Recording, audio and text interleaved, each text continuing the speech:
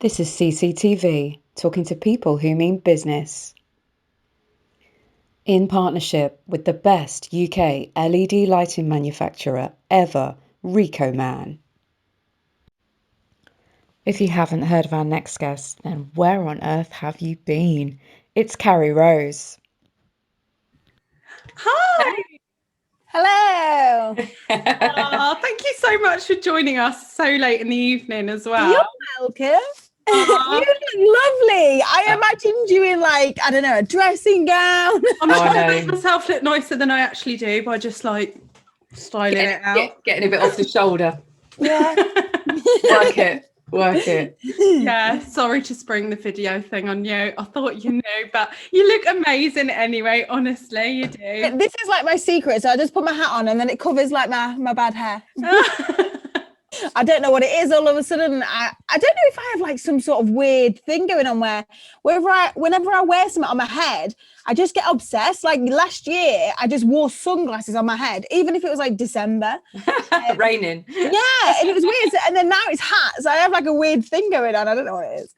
At least you don't wear like the sunglasses when you're indoors. I used to have a guy that would wear sunglasses like when we were out clubbing and stuff. That's when I was like 17, so don't try to do that. I was like, please take them off. We're indoors. It's dark. Thank you so much for joining us today, Carrie Rose. Carrie Rose is the founder of Rise 7, and she is on a mission to make creative SEO sexy again. So yeah, welcome and thank you so much for joining us on CCTV, where we're talking to people who mean business. And the reason why we asked you to come on today is because I've been following your journey, and Claire has too. Yes, I have been stalking you a little bit.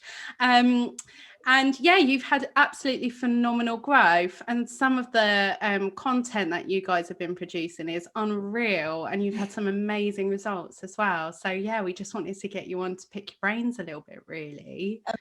Well, thank you for inviting me. I've actually seen you on LinkedIn myself, and then when you got in touch, I was like, yes, let's chat to this girl. So we wanted to ask you a couple of questions about Rise at 7. So what were you thinking when you launched the company then? What was the reasons behind it? So it was a bit of a mad story. I was working at a company called Edit at the time. So it was an agency very similar to what we do now. It was an SEO agency. I was running big campaigns, working on some cool accounts. And I'm not going to lie, I am a bit of a personality around the office. And everybody said, you need to go on TV. And I was like, okay, like, what should I go on? Like Big Brother, or like, like that was like the dream, to go on TV. And I have always wanted to start my own business. I just never knew what. So I have a notebook full of ideas of one day that I'd like to start. And I thought, okay, maybe the best TV show is The Apprentice. So I applied to go on The Apprentice TV show. I believe there's around 40,000 people that apply every single year. And I got on. I couldn't believe it. So I got through to the auditions, went all the way down to the final 30. It took a couple of months to go through that process. It was really difficult, actually. And during that process, what happens is you have to write your business plan beforehand, and you actually present it to Lord Sugar's financial partner. So he has the full team that actually go through whether you're worthy of going on the show, but also whether you're good at business, etc. So I actually put a business plan together. I knew there was a bit of a gap in the market for creative. I knew there was a gap in the market for that to tie with SEO, and I could definitely see the digital PR side growing. So I thought, okay, well, that sounds good for The Apprentice. Let's put that in the business plan. And long story short, when I presented it, they basically said my plan was too perfect. They said, you've got everything nailed, and they said it's too good. And they said, if you ever watch the TV show, some people are a bit of a car crash on there. Yes. So instead, what happened was, about 2 weeks later, I actually got somebody get in touch and offered me some private investment and said, go start your own company, I'll give you some money. You'll fly. So don't even need Lord Sugar. Yeah, and also Lord Sugar takes like 50%, and I was like, yeah, you're not having that. That's a high margin. So Yeah, crazy. So at that stage, I was like, oh my God, I could do this. Like I had somebody wanting to invest in me, like I had a plan, and I started doing freelance as well. So I had potential clients, and basically the director at the company I used to work for, he very good friend of mine too, worked closely with him. I basically said, would you ever come with me? I kind of like hinted and slipped it in there. And at first he said no. And then he had his own kind of life going on, and his wife having a baby and all this sort of stuff. So he weren't ready to start an agency like this. 2 weeks later, he messaged me saying, you know, that offer, does it still stand? Because I'm coming. And I was like, oh. So we did it. We did it together. So he was the right guy for me to go into business with. So yeah, we launched very fast. So from deciding to actually launching is about 4 weeks. We built the website in my front room with pizzas around us. We just went for it, and brands from Pretty Little Thing to My Protein, you know, Odeon, you name it, and that's all in the space of a year. It's mental. Wow, it's so impressive. It is pretty kick-ass. So what was it like being on The Apprentice then? Dish some goss. I need goss. Well, it was weird because the people that are there, they're all so very different, and it's kind of like you have to have a character. So I guess comes across that way. Yeah, so I remember looking around the room, and they had all the cameras out and all that sort of stuff, and I could definitely see certain people acting really up to the camera to pretend to be someone they weren't. And I remember thinking like, okay, well, they've gone down the geeky tech kid kind of stereotype, or another person went down the really like strict business person with a business history and all this sort of stuff. And so I thought, well, to stand out amongst these lot, I'm just going to go down the being myself route, because there is always, I thought there's always one person that is just genuine, that came from, you know, a council estate background. People like to see them succeed, and I thought, you know what, I'm just going to do that, because it felt in the room like there weren't one of them. And I think that's really what you have to do on The Apprentice. You have to kind of put yourself in a stereotype in a weird way. But yeah, it was really interesting to meet all the people, and I actually stayed in touch with quite a lot of them. So I met all obviously everybody on the show and stuff, because we all kind of went through that process together. So I stayed in touch with a lot of them who are doing really well. It's pretty cool. Amazing. I think you're right though. I think it does kind of almost force stereotypes on this show. Everybody likes a little bit. Everybody likes a little bit of a drama and a little bit of a certain backstory. And you're right. If there's a massive room full of nerdy, geek, techie people, then just go big. Yeah, that's what I did. So it kind of taught me a lesson in business. I think taught me a lot of. I just have to be myself to succeed. And I've never from any day pretended to be anyone that I'm not. I've always just been true to myself, and it seems to work. I'm very transparent, and people used to say I'm too honest. There's like, Carrie, you're a bit too honest. You need some things, you need to, zip your mouth kind of thing. People need to tone it down, type people trying to like tone you down or blend you a little bit. And you're like, no, I'm not having it. Yeah. Go on, girl. I've just been myself, and I thought I'm not that bothered. Like, I just think I'll continue doing that, and it's been successful. So. I love that. I absolutely love that. I think it's really hard to just be yourself sometimes, like especially if you're like a little bit kooky, or like you are a bit loud, or people do get easily offended. Like Claire has a dry sense of humor sometimes and can be a little sarcastic by her own admission. I personally love that about you, Claire. But yeah, I think that people need to sort of adjust to you in a way, don't they? And you do stand out when you're yourself. Yeah, that's one thing, especially with an agency. People buy from people. And I thought to myself, I'm not going to try and be anyone, because I wouldn't be able to pretend to be somebody else for long. Like, I think I'd be able to do it for like a couple of months maybe. But I knew that would dry out. So yeah, people buy from people, and that's the most important thing for sure. It's like having your posh phone voice, isn't it? You can only keep it up for 30 seconds and then it goes out the window. Exactly. You sound like the Queen to start with, and then it just tails out. Yeah. So you said, Carrie, that you're the opposite of your co-founder, Stephen Kenwright. So how would he describe you? Oh, that's putting you on the spot. Yeah. He would say I am a massive dreamer. So I'm a Pisces. So if you ever look up the Pisces stereotype, I guess, or the description, we are dreamers. We think about princesses and castles and all that sort of stuff, and we dream about what's big and where we want to go. And he's definitely the guy that's the reality. He's the one that can, and that's why we work together so well, because I dream about the moon and he actually makes the rocket kind of thing. And he would describe me as obviously enthusiastic as hell. That's one of our values, actually. He said, you are enthusiastic as hell. I love my job. He always said that you can make anyone feel like, or say, do you know who I am? And I was like, really? He was like, yeah. He said, you make people around you be so confident in themselves and make them believe in themselves. He's a massive fan of me, to be honest, and which is amazing because he boosts me up. He makes me feel amazing. Yeah, that's nice. Who doesn't want that at work? But I'm also a nightmare. I'm not process. I hate process. I hate people telling me, what I have to do. I hate, documents. I'm a bit rebellious, he often calls me. He would say some nice things, but I have got a bad side, but that's the good thing. We both learn the things we're crap at or whatever, and then we lean on each other for those. When you know someone really well, not pitfalls might be a bit strong, but you know what they're good at, you know what they're not so good at. You kind of fill the gaps for each other, don't you? Which is pretty cool. So what prompted the to be honest, when you say you've only been in business for like a year, and then you look at some of the kick-ass stuff that you've done and all of the bazillions that you've amounted, like how? I don't even know. I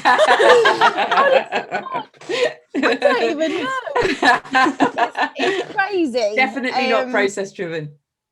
No, not all. Honestly, it feels like it's flown by. And I remember, so enthusiasm is what drove this 100%. We just kept going and going and going, and we just put ourselves right out there. We was two people from Sheffield. That's what we're from. And I remember thinking, like, who gives a fuck about two people from Sheffield? We had to shout about how good we were, because we knew we could deliver bigger and better campaigns and results and strategies than any of the biggest agencies in the world. So we was like, we're just gonna have to shout about it. So that's the approach we did. We every campaign that we did, we tweeted about it. We did a case study, we did video. Luckily I'm kind of the creative person and he's obviously the process person. So that's what we lent. But storytelling is what's made our success, and everybody likes to hear the stories, and I've told them in nice and creative ways.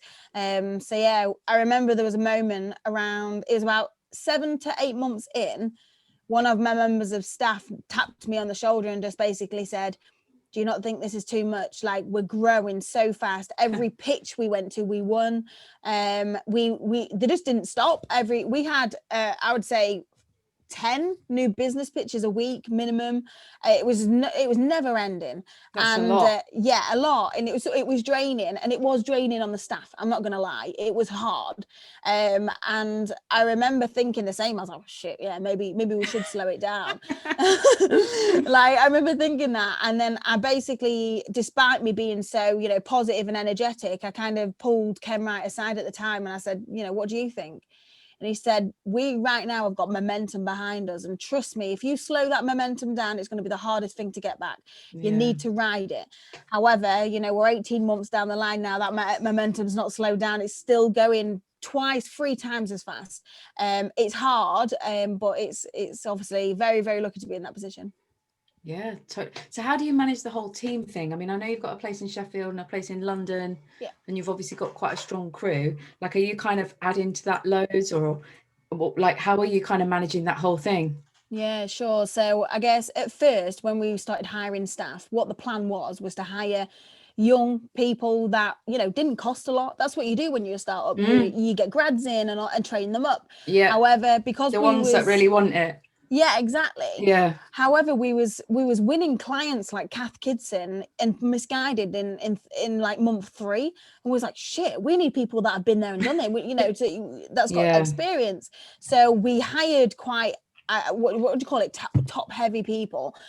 So we got a search director from Just Eat, so he's actually one of Ken friends, and said come join us, help us out, and he's amazing, running our SEO team now. And we got my friend Will, PR director, and we basically got senior people in to be able to help us just do the job, run accounts, you know, do the strategies, etc.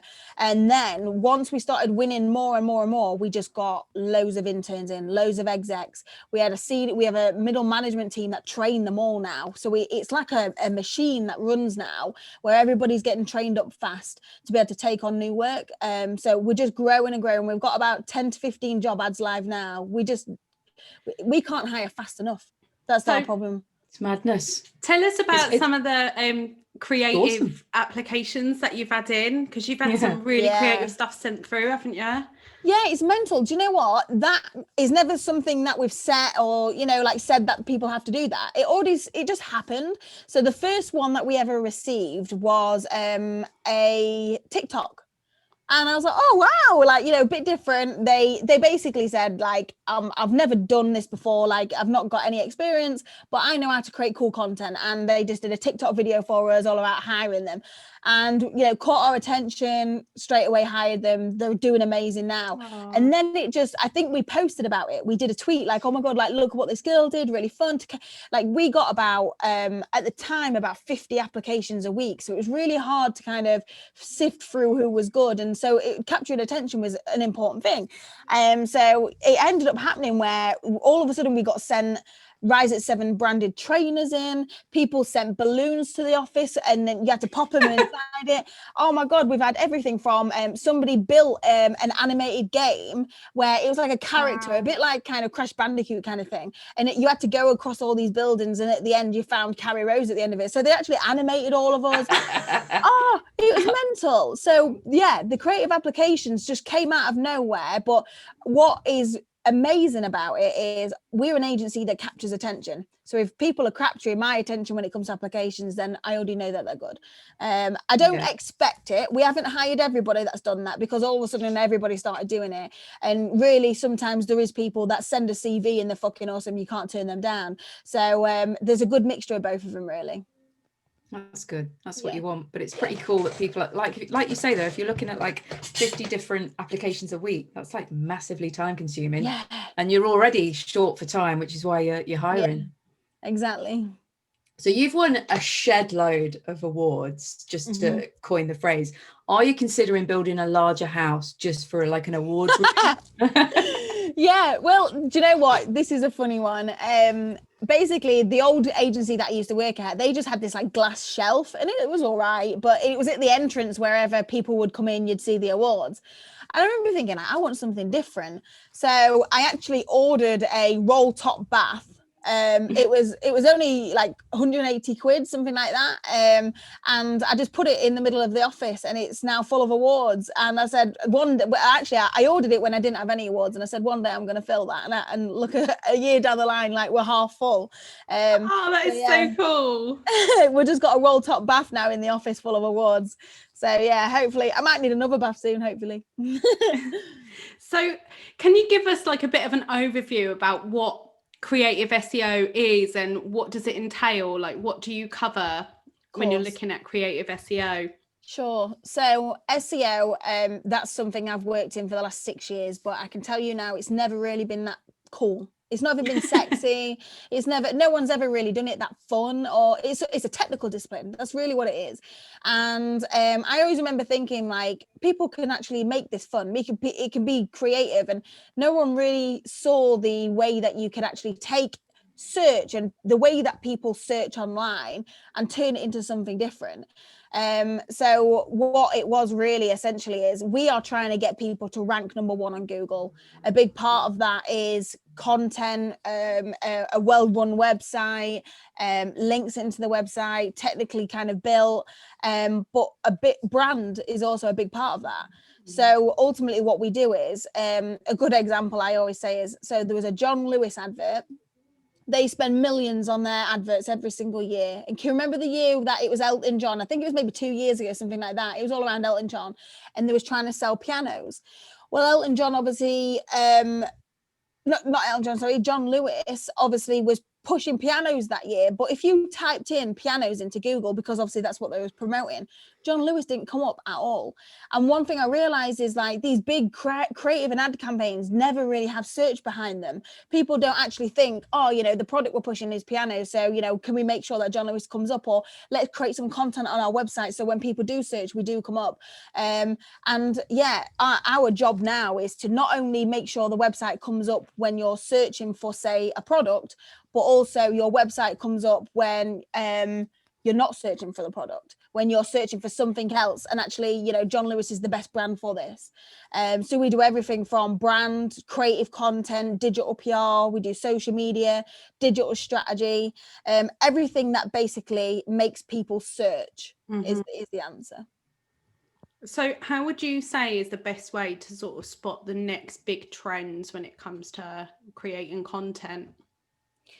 Interesting. I think you've got to be on the pulse with social media, mainly social media. Despite, you know, I don't work in social media, I work in SEO in Google, but social media is where you see how users' behaviors are changing.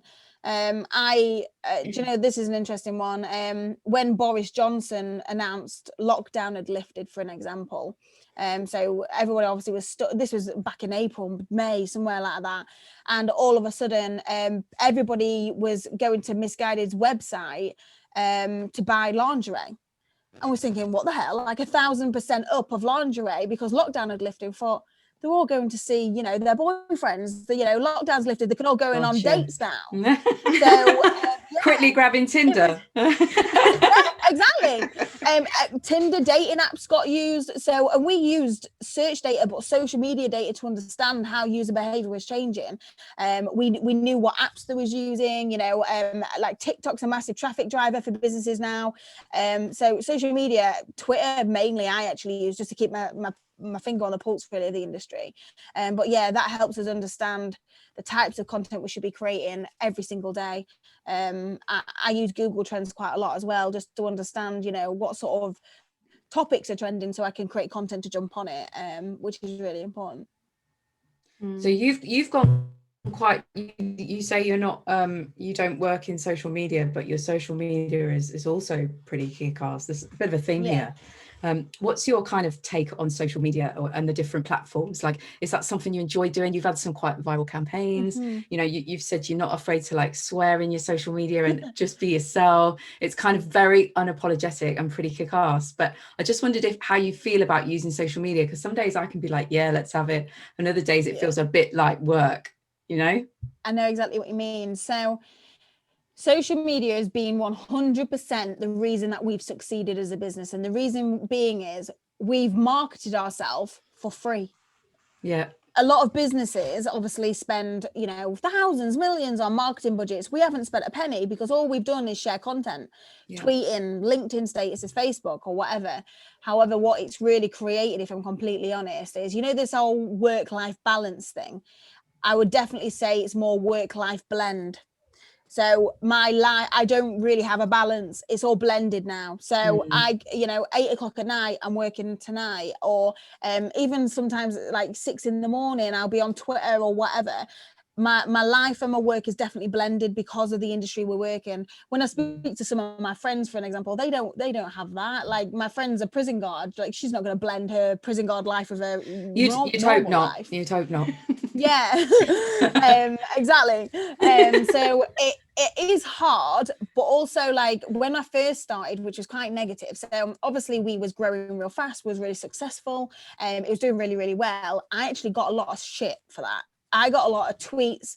People would comment about, you know, oh, she's just a young girl, doesn't know what she's doing, can't wait to see them fail. You won't believe like what I got. But it's mad. And I was like, I think I've always been quite like hidden for it, and I see obviously influencers and stuff like that get trolled, and I always just think it's weirdos online. I don't really think too much into it, and I think until the day that I actually thought I was doing well for myself and being a public online on Twitter and LinkedIn, you won't believe the things that I get. I've had comments about my hair, my weight, my boobs, the fact I'm a woman, oh, you won't name it, my staff. People have said stuff about my staff, real sexist comments.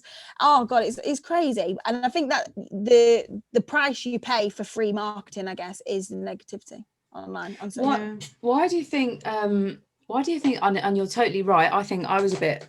Probably naive is the word, until I started using social media every day. I didn't think for 1 minute anyone would give enough of a stuff to start trying to tear down some random lady that's just doing her thing. It's like who even cares? But do you know what? It's really interesting to have this conversation. So why do you think people are? I'm probably going off on a tangent here about humanity, but why do you think people are so keen or interested in seeing you fail or tearing you down when they don't even know you?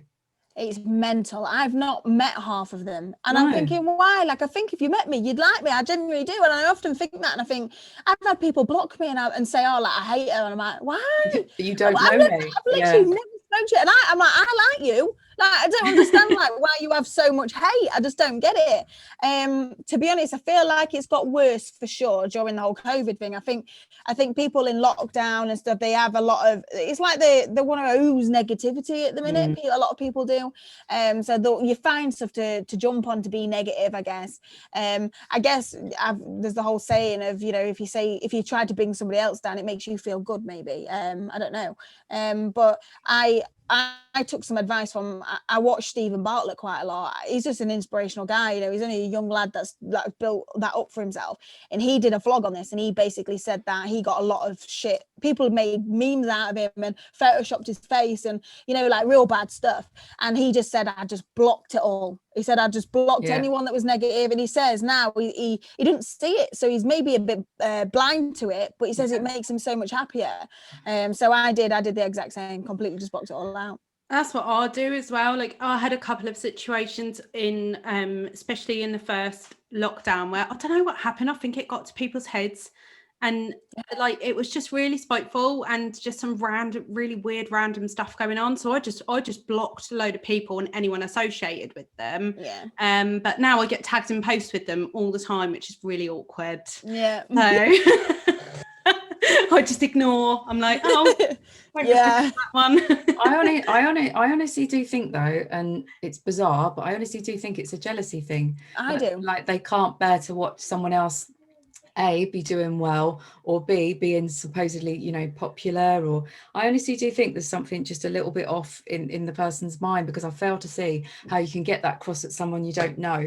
You've just got, I honestly do think that they're just in a bit of a sad place, to be honest, but they sit there and think they can just throw any old thing through the keyboard, and it takes zero courage, let's be honest, and that it's just going to be water off a duck's back. But that's my response to everything. I just take the piss out of it. But you know what, it's not really that funny.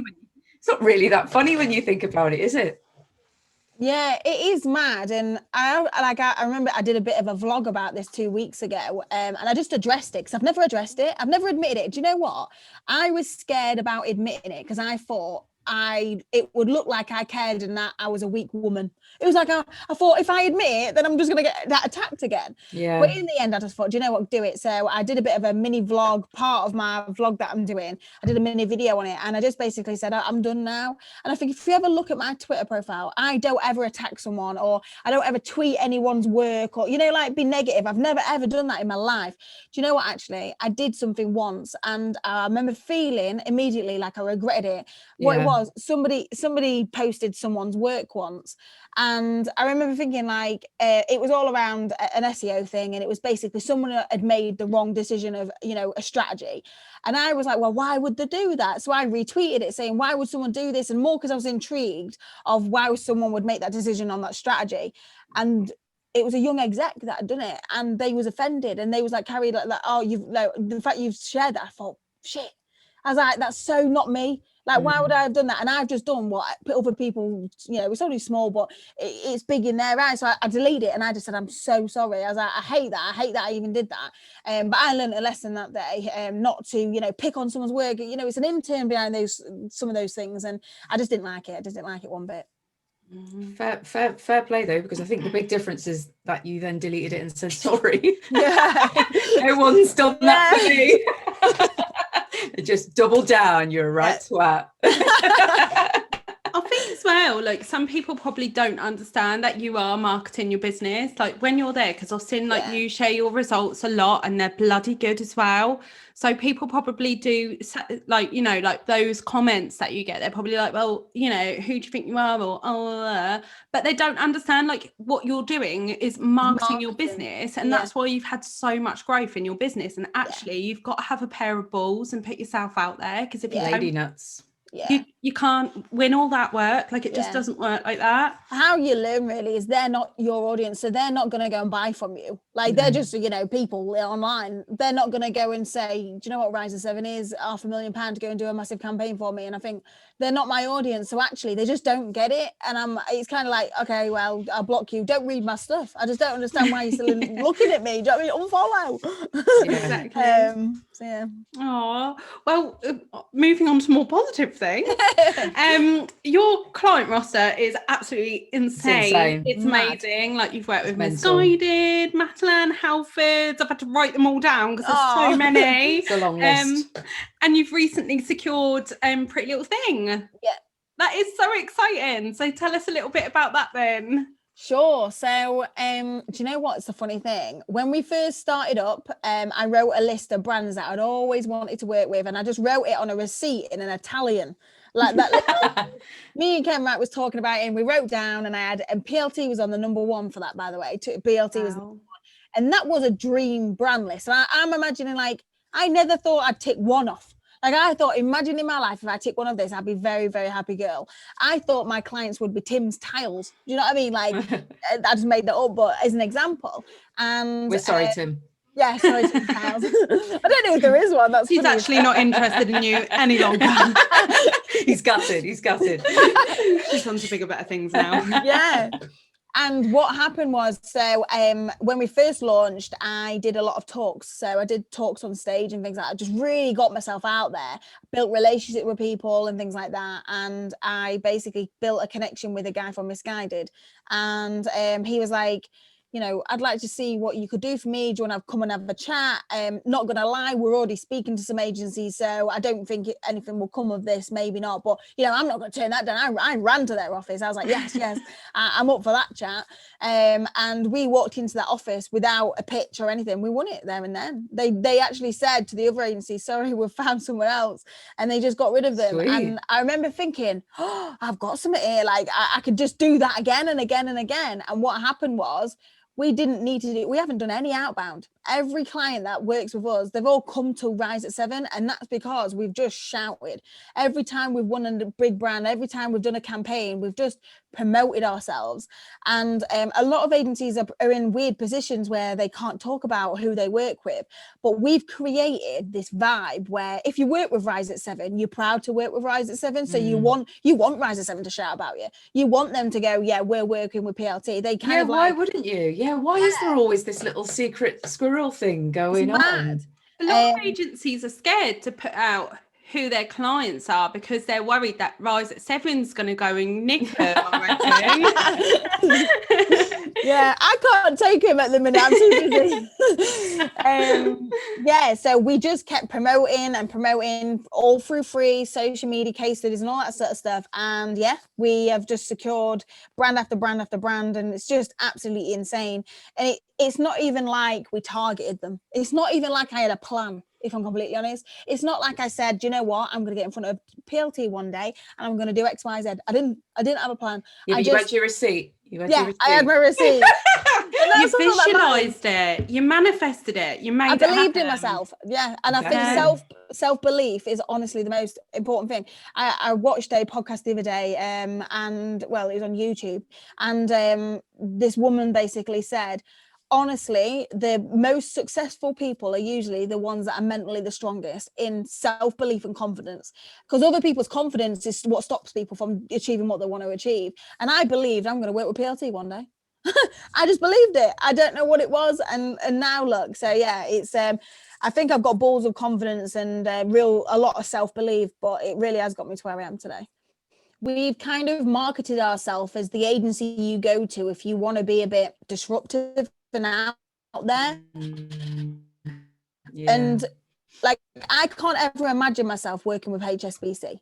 I can't imagine it. So I can imagine they probably won't ever come to us, and I couldn't imagine myself in a pitch to them because they're not our sort of brand. No. So we have created an agency that is, you know, like Marmite, like it's either for you or it's not kind of thing. But that is in our agency for everyone. It means you're not for anyone, if that makes sense. No, I agree. So we become very specific to the sort of brands that we work with. You know, you disrupt the brands. You know, I'd love to work with Greg's one day. That's like a dream. Gymshark, Netflix, you know, your big kind of brands that want either global brands or brands that want to be that, you know, real kind of energy about them. So that's my dream. It's pretty Let's cool. hope they're all listening to the podcast. Yeah. Basically, We'll tag them. all of those cool people, but just not Tim and not HSBC. All right. If you're listening. Yeah. It's funny because HSBC are my bank. Mine too. Yeah. I actually think that they're going to get really insecure after listening to this, and they're going to be like, right, we need to get Carrie Rose to actually like us and give her a campaign now. See, it's all psychology. It's like, I don't think we're for you. I'll be straight on the phone. Yeah. Gameplay. Yeah. Got so much energy, Carrie. Like you've obviously got, and you've talked about work-life balance is dead, basically. Yeah. How do you kind of chill out and turn such a sort of busy creative mind off? I don't know, if I'm completely honest. I'm working that out. You'll let me know. Yeah. I'll let you know. I like my independence. I like to travel, so that's where I go and make memories. And I went to Aruba recently. I've been to Bali, Philippines. I love to just travel, sit on a beach. I'm a beach girl. But it's weird. Even when I'm sat on a beach, my mind doesn't stop. But I truly believe it's just because I love it. I love my job. Like I don't see it as a job. I don't see it as a chore. I wake up and I can't wait. Like it's a good position to be in. And I think for me to have found that for myself in my life at young age as well, I'm so lucky because so many people don't find that. So I do feel very lucky, but I can't imagine myself, you know, a bit like a machine. When I turn like 30, I'll start twitching or something, like run out of energy. But yeah. I can't imagine it. I know we've only spoken for about 40 minutes. I can't imagine you out of energy. I know. You're like a fireball of energy. I like to write poems, and I think that calms me down. That's my little secret that most people don't know about me. Okay. You heard it here first. Yeah. You're going to recite a poem for us. Poetry is the answer. I know. I try. It's like my little secret. Nobody's ever read my book, my poem book, but maybe I'll release them one day. Oh, that's really cute, actually. So when you're like thinking of content or poems or and your team as well, because it's so difficult to keep continuously coming up with new, fresh ideas, current ideas, relevant ideas. Like, how do you ensure that you get the best out of your team creatively? Like, how do you inspire them, or what do you do? What's your secret? Tell us. We want to know. Some pad and paper. Yeah. This is the hardest. It's the hardest answer. The reason being is because most people don't have it, but it's giving people time. And I know it sounds mad. People need thinking time, and most ideas. Like if I'm, in meetings back to back all day, I have not come up with one idea. I've not been able to be creative or anything like that. So giving people the time. So we have dedicated people that are good at coming up with ideas, and we only allocate them halfway. So in terms of, booking work in, they're only half busy, allowing the other half to actually be forward thinking. But that's why we move forward so much, is because of that thinking time. So that's one tip. The second tip is we have alerts set up for every brand, literally doing what we do. So if they do anything, like if they put a new page on their website, if they do a PR campaign, we get an alert straight to our emails.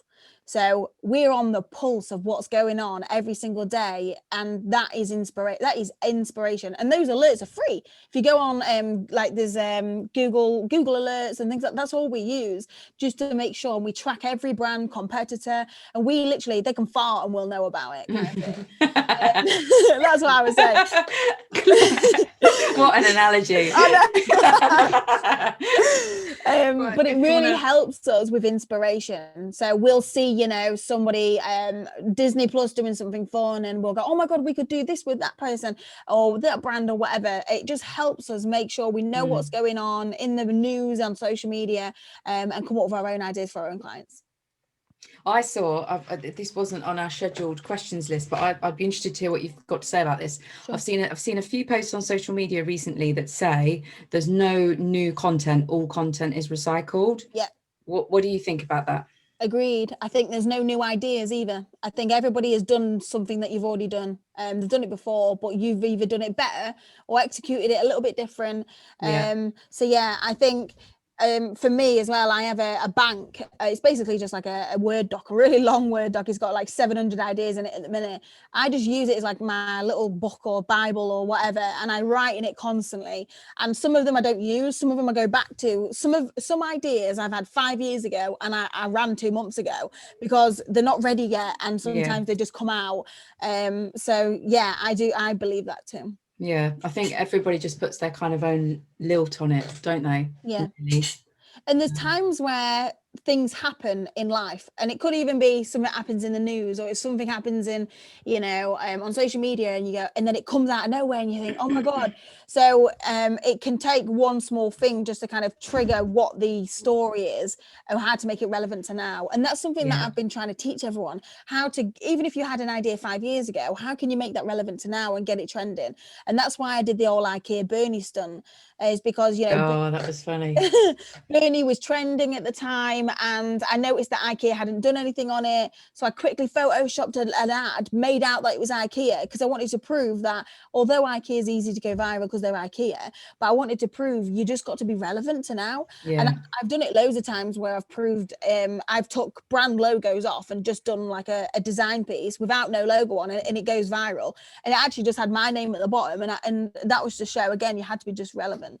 I think that's the difficulty in like doing content plans for people, like, because a lot of my clients, where I do their content for their personal page, I will communicate with them throughout the week, and I try and do it on like a weekly or bi-weekly basis. Yeah, it's so reactive. Yeah, because you've got to be able to, like, you know, like Clubhouse has been trending, it's like, right, let's get something out about that from your account straight away, because if you put it out next week or in 2 weeks time, it's like what are you even on about? Why are you still talking about it? Yeah, it's like the other day, so top tip as well, I use Google Trends to find out everything. So I think 2 days ago I saw that Debenhams was trending, and that was because Boohoo bought Debenhams. So the first thing I did is went onto LinkedIn, wrote a status around, I've basically just got an article around like how much they bought them for, wrote a LinkedIn article, well, not an article, but like a post about it, and it's got like 400 likes. But just because I know I was one of the first to see it trending, I was one of the first to jump on it and just did a post, and then obviously 2-3 hours later everybody jumped on it. But if you're the first to be on the pulse, then that's what helps you build your brand, build your, you know, you as the expert. And I just did that just by looking on Google Trends. I hope you're writing this down, Charlotte. Yeah. Oh, I'm storing it all. Storing it all up there. All my clients are going to have viral content next week. Yes. So what would you say are the most underused social media platforms then by most brands? Because obviously I've seen that you've used Giphy, you've used loads of different platforms, haven't you, when you're doing sort of content? Interesting. First one, Pinterest. And the reason that I say that, so I used to work on Wren Kitchens, basically just sell kitchens. This was years ago, and Pinterest was obviously Pinterest is massive for home interiors and all that sort of stuff, but it is for everything now, travel, fashion, you name it. And Pinterest was the 6th biggest traffic driver out of any other channel, so more than YouTube, more than Instagram, in fact. So it drove a shit ton of traffic, and I don't think people realize or understand how users are using these channels to make a decision when it comes to a purchase. Because like you see an advert, for an example, for a kitchen, and you know I need to buy a kitchen. You don't just go and buy the kitchen through the ad. You go and research. You look at Pinterest. You create a Pinterest board. You look at Instagram, you know, you do all these things, you go through that, you know, buying process of understanding as a consumer. And Pinterest actually has one of the highest conversion rates out of any channel. Most people don't know that. So from articles to people going onto a website to buying, it's huge. And that's just across any channel really, any industry. So not just interiors as an example. So I think Pinterest is really underused, really from a all it is taking what's on your website, so content that's on your website, and writing articles on Pinterest to drive traffic. That's literally it. So your content already exists if it's on your website. You just duplicate it on Pinterest. Simple as. It's just, you know, distributing your content in another way. It's really simple. I think TikTok as well. I think more and more brands are jumping on TikTok. I think what happens when a new channel comes out like TikTok or Clubhouse is, first of all, marketers jump on it. And marketers, you know, we all use it, and then we get bored of it, and then what happens is the general public starts using it, and then marketers jump on back on it again. And I think with TikTok, what happened was marketers jumped on it. They didn't think it would kick off. I don't think people really thought it would work. They thought it was just something for kids.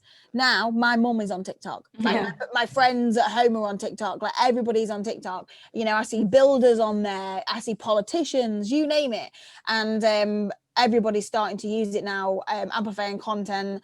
I've used it for hiring. So I did a video around Rise at 7 and the culture and stuff. And it went everywhere. It got about 170,000 views, and we got about 200 job applications off the back of it.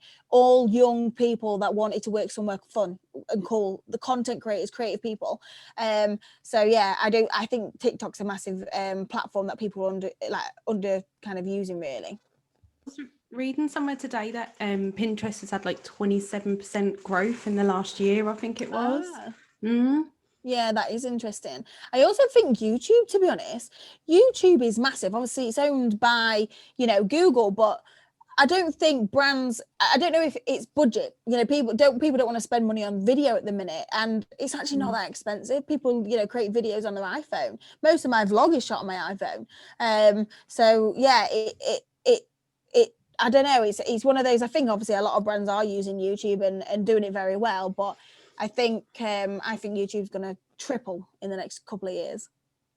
You're right though. Like, you can just there's pretty decent like little apps and bits and pieces that you can trim your videos on and shoot pretty decent.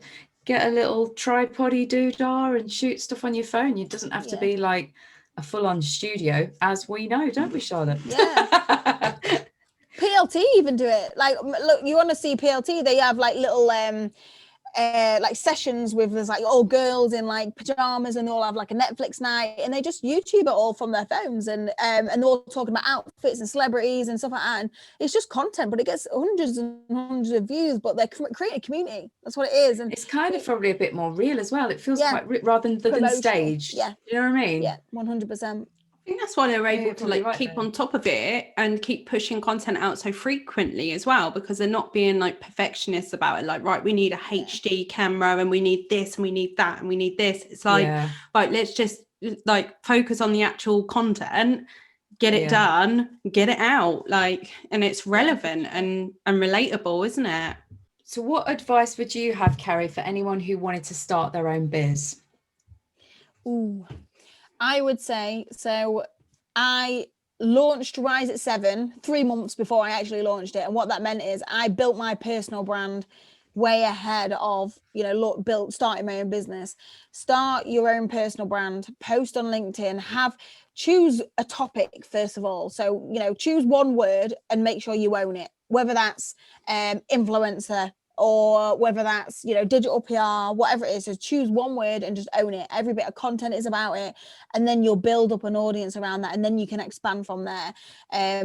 Build up your personal brand is number one, the best thing I can advise everybody, because then when you launch your business, it makes it 10 times easier.